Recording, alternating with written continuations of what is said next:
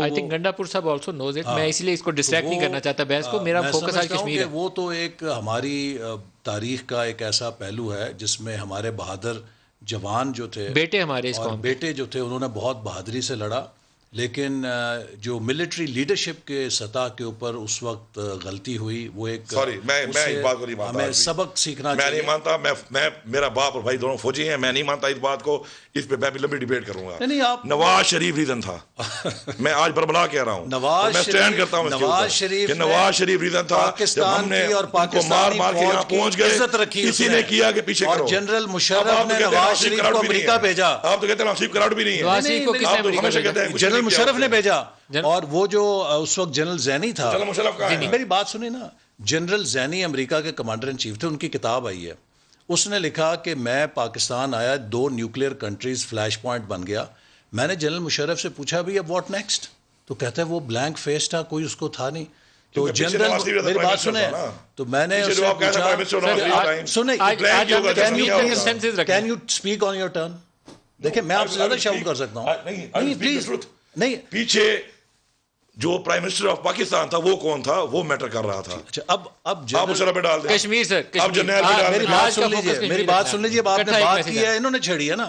General زینی لکھتا ہے کہ جنرل مشرف ہیڈ نو کلو، اور اس کے بعد جنرل مشرف نے انہیں پروپوز کیا جنرل زینی کو کہ ایک وے آؤٹ یہ ہو سکتا ہے کہ آپ ہمارے پرائم منسٹر کی امریکہ کے صدر سے ملاقات کرا دیں تاکہ ایک ریسپیکٹیبل سیز فائر ہو جائے.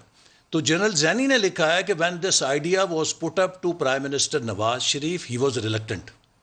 And then General Musharraf persuaded Prime Minister Nawaz Sharif that in the interest of the country, he should go to United States. سر اس میں مسٹیک دنیا کو غلط پیسے نہ دیں. ہماری فوج اس پہ چڑھ چکی تھی، ہماری فوج میں اتنا دم تھا کہ ادھر قبضہ کر لیا تھا تو وہاں بیٹھ بھی جاتی. یہ ہمیں پتہ ہے بنیا کتنا لڑ سکتا ہے. چھوڑ دیں. بنیا کتنا لڑ سکتا ہے، ہمیں پتہ ہے کتنا لڑ سکتا ہے. 65 میں بھی لڑا ہے ہمارے ساتھ. 71 میں جو ہمارے ساتھ ہوا ہے اس کے پیچھے بھی کیا تھا، اس کے پیچھے پولیٹیکل لیڈرشپ بھی کمزوری تھی.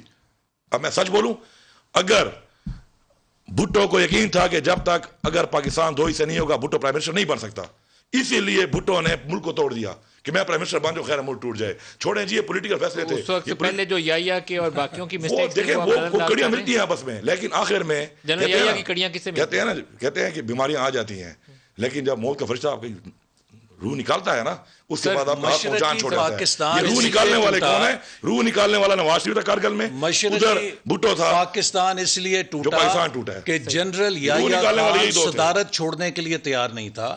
وہ شیخ مجیب اور بھٹو دونوں سے بارگین کر رہا تھا کہ مجھے صدر مانو، اور اسی کے لیے اس نے دونوں کو آپس میں لڑایا اور اپنی صدارت کی گیم کرتے کرتے پاکستان توڑوا دیا.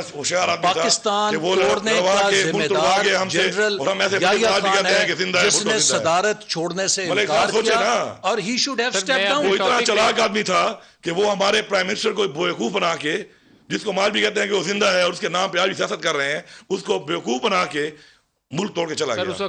ایسے بیوقوف لوگوں کو پرائم منسٹر نہیں ہونا چاہیے. اس وقت بھٹو بن رہا تھا نا، ان لائن تھا.